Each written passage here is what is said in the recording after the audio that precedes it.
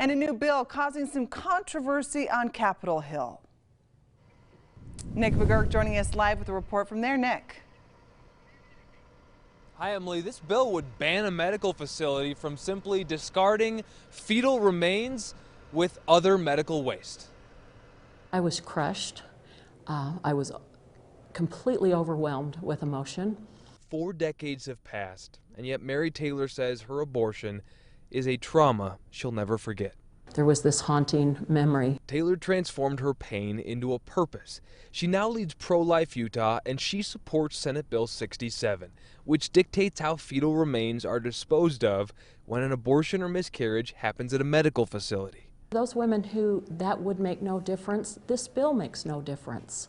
But for those of us who would opt to treat those remains with respect and dignity and have some determination in the final disposition, it makes a huge difference.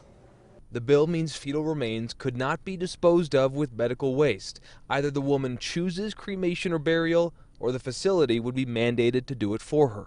We're concerned that this bill is really using those really personal experiences to further a certain ideological agenda. Lauren Simpson is with Alliance for a Better Utah.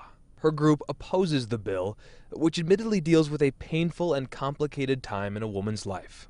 We don't think that supporting patients is the true purpose of the bill. We think the true purpose of the bill is chipping away at reproductive rights. Simpson calls this a message bill, part of a nationwide effort since the confirmation of Supreme Court Justice Brett Kavanaugh to overturn Roe v. Wade. They say very openly that that's something they want to do. I sincerely hope that they are right, that this is a chip in Roe v. Wade and that Roe v. Wade will fall. With all my heart, I hope that. However, that is not the intent at the time.